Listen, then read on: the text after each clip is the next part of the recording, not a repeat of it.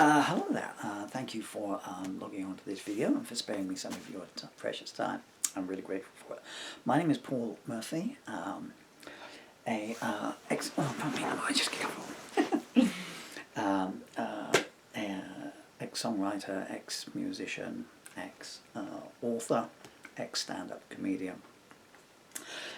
In my authoring days, I was the author of several factual books, although I'm known mainly for comedy books. I also used to author factual music books, and I was the author behind a series, Bob Dylan books called Bob Dylan the Concerts. The 60s and the 70s came out, and I put as I said myself, put a few snippets into the Bob Arena that hadn't been released before, and these video clips that I'm doing are kind of a follow through from that.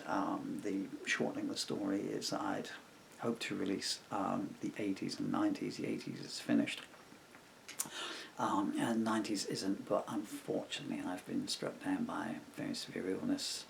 I've been fighting for 2 years. Anyway, I ain't going to make it and the books ain't going to come out.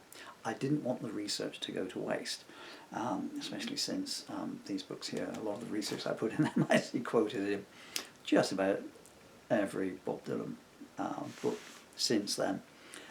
It was this book that first provided the information on that, for instance, like a Rolling Stone was written about Marianne Faithfull, etc., etc. Anyway, I'm not going to go too much into that. So this is, I think, number 6 in a series of videos, and today I'm going to be concentrating a little bit on Empire Burlesque, one tiny little bit from it. So, Empire Burlesque, a very, very underrated Bob Dylan album. Let's deal with the title track first. With the opening track first, Tight Connection to My Heart. I see in so many Bob Dylan books that there's religious allusions and illusions in that title track, and I've seen in 2 well-respected books that the subtitle, Has Anybody Seen My Love, is a comment on Dylan's religious views. Has anybody seen my Lord? With a view to it being from the Bible, obviously, but that is not the case at all. Firstly, the song itself Bob directly addresses his moving away from, shall we say, traditional Christianity. I never could learn to drink that blood and to call it wine, which is a reference to the sacrament, so I just couldn't get on with it. The Has Anybody Seen My Love has not anything to do with Has Anybody Seen My Lord. It's in fact a reference to this. The 1952 film Has Anybody Seen My Gal, starring Rock Hudson, but in his first speaking role, a tiny bit part taking place in a diner, starring Bob's favourite James Dean. As you know, James Dean and Bob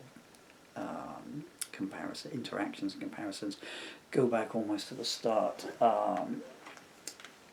Like most teenagers when he grew up, Bob Dylan was very affected by James Dean, and obviously the cover of this album here, actually this recoloured rare Australian release shows it a little bit better, but the cover picture of Freewheeling is of course almost a mirror image of the photo's called Boulevard of Broken Dreams, but that famous picture of James Dean shuffling the snow. Where was I going with this? Oh yes, one tenuous part that I will come at is there was a reference to the Highway 61 Revisited cover, where it said that Bob was sitting in his psychedelic shirt, looking like a psychedelic James Dean, I believe is the quote in the book. And that's not the case at all, really, but it does give me the chance to put this out there. Just, so, Spot the difference. There's not much, is there? Well, Bobby knew his legs. So Bob was really making a, I'd say he was making an attempt at emulating Highway 61 Revisited with Empire Burlesque, but certainly he was looking to get back to a certain arena in, should we say, sales, commerciality, and was probably using Highway 61 Revisited as a template. I'll go more on the individual songs as we progress through these videos. Because Dylan's stock in the US was very, very low at that point, both album sales and in terms of concerts, the preceding LP, The Majestic Infidels, hadn't really sold very well at all. It had gone gold, but it had nowhere near the sales that it deserved to have. And even to this day, it's really not been released in a format that it should do, even with the release of Sometime in New York City. Fans and scholars and everyone in between will debate which song should have gone on there until everything is released and they can make their own. But it needs to be remembered that Bob's concerts, Infidels was never toured. Dylan didn't tour Infidels in the US. In fact, has never really toured it at all, because he just couldn't get a tour arranged. Dylan's concerts hadn't really made money since '74. Tour '74, obviously, everyone knows that, tickets sold out in 15 seconds, etc., etc. But in '75, the Rolling Thunder Tour played smaller venues with a huge cast list. In '76, Bob was semi-funding the tour himself to raise funds for Ronaldo and Clara, and was trying to play bigger venues, but playing down the south, many cancelled concerts, many unfulfilled concerts. Several concerts were amalgamated from venues into one larger arena. '78 World Tour, obviously the Japanese, New Zealand, Australia, European legs sold out and made him a lot of money. But the US legs got this, Vegas tag and didn't really sell out. 79 shows, obviously heavily criticised for their Christian material, very small venues, Fox Wheelfield, etc., etc. Ditto into 80 and the 81 retrospective tour. Again, it didn't really sell out. It didn't even sell too well in Europe, which is very rare for Bob. So Infidels couldn't get a tour arranged. Billy Graham got the 84 tour done, funded, which was, of course, Europe, 84. And that's the closest you were going to get. You got to an Infidels tour with the three songs that were played, I and I, License to Kill and Joker Man, through there, plus the odd one-offs. But really, Tour 84, Dylan was promoting Highway 61 Revisited on that tour. So we're talking about the track here, Something's Burning, Baby. Now, obviously, there's two iterations of that. There's the outtake, and there is the studio version. And Dylan's fascination with James Dean is, still going on. When they played Paso Robles in '86, they drove past where the James Dean crash took place in July the 17th, 1988. After playing Indianapolis State Fairgrounds, Bob brought his tour bus in, and they went to visit the James Dean gallery. It's called the James Dean Museum in several Bob books, but it's not. It's a gallery, and looked around there. However,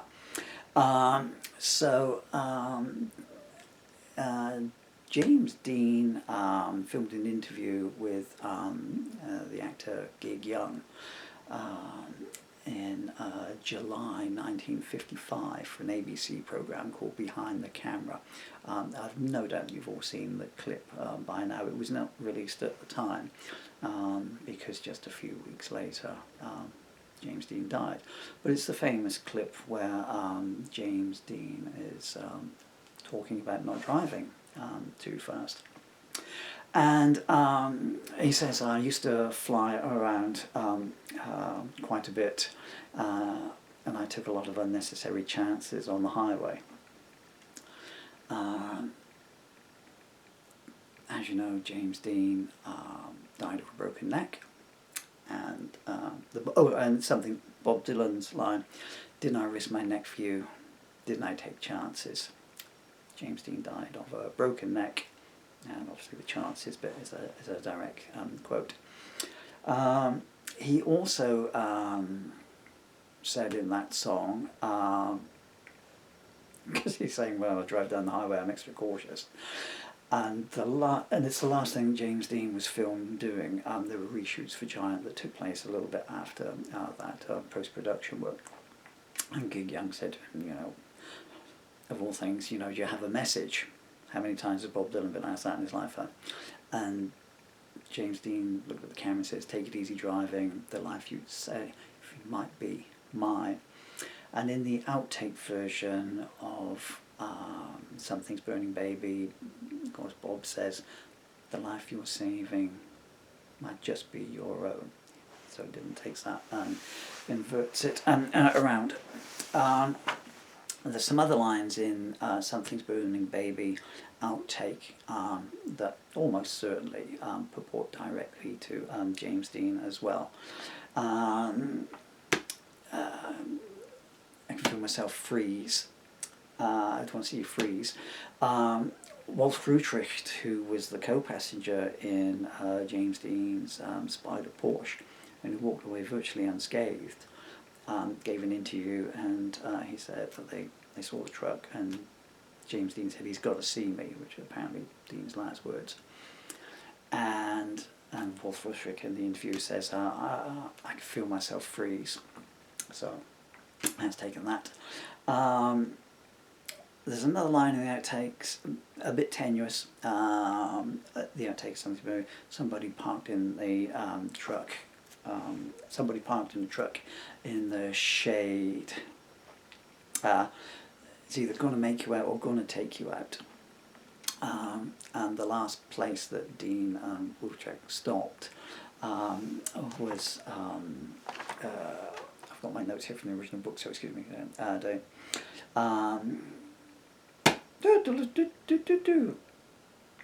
was at Bakersfield, and it's a truck stop there on the corner. We've reached the end of the road, baby. May or may not be an allusion to it. In the release version, there's a line saying you've been avoiding the main streets for a long, long while, and Bakersfield had a speed limit of 25 miles an hour. As you may know, Dean was on his way to a race at Paso Robles when he died. And so they didn't go through the main streets of Bakersfield because the city had a 25 mile an hour speed limit. So they took a little rat route called the driver's route to get there so that they could build up speed in a slider. That was Highway SR 16633, so they've been avoiding the main streets there. When Dylan was stockpiling material, and remember Infidels and Empire Burlesque, certain points they cross-reference, Clean Cut Kid being the most obvious one. There was a film that came out in late 1983, and it's called Movie Star Communications and Important Messages. And that was the first official release of this famous, now famous James Dean commercial.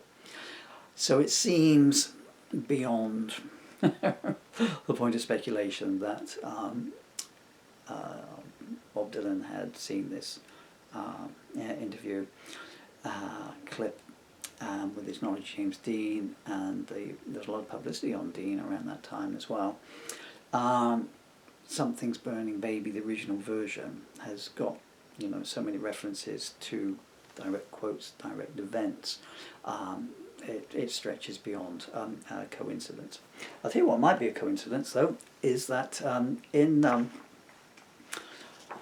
The Mighty Quinn, of course, as Dylan's always been accused of writing that song based on the Anthony Quinn film, and he might well have done, but the aforementioned Has Anybody Seen My Gal movie, the great Forrest Lewis plays a character in that film called Martin Quinn. So come on with him. You're not seeing nothing like Martin Quinn. Okay, so I think I'm done through for there. So that's a little bit there on Something's Burning Baby.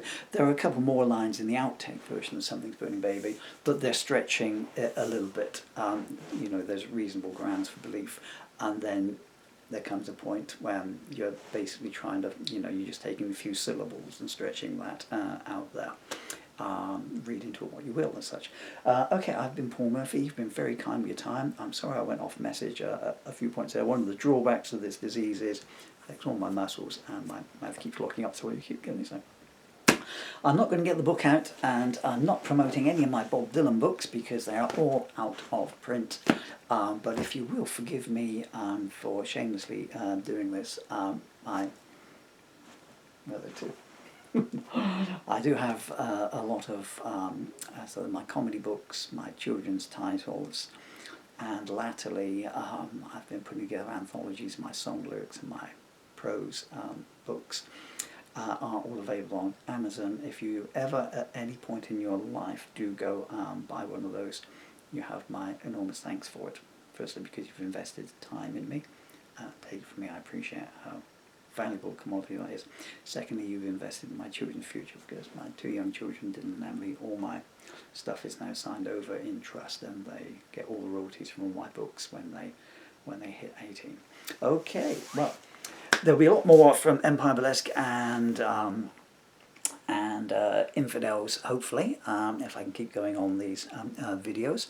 And I'll also be diving back into some new news from the 60s and 70s as well. I might do Tangled Up in Blue next, we'll see. Okay, thank you for your time.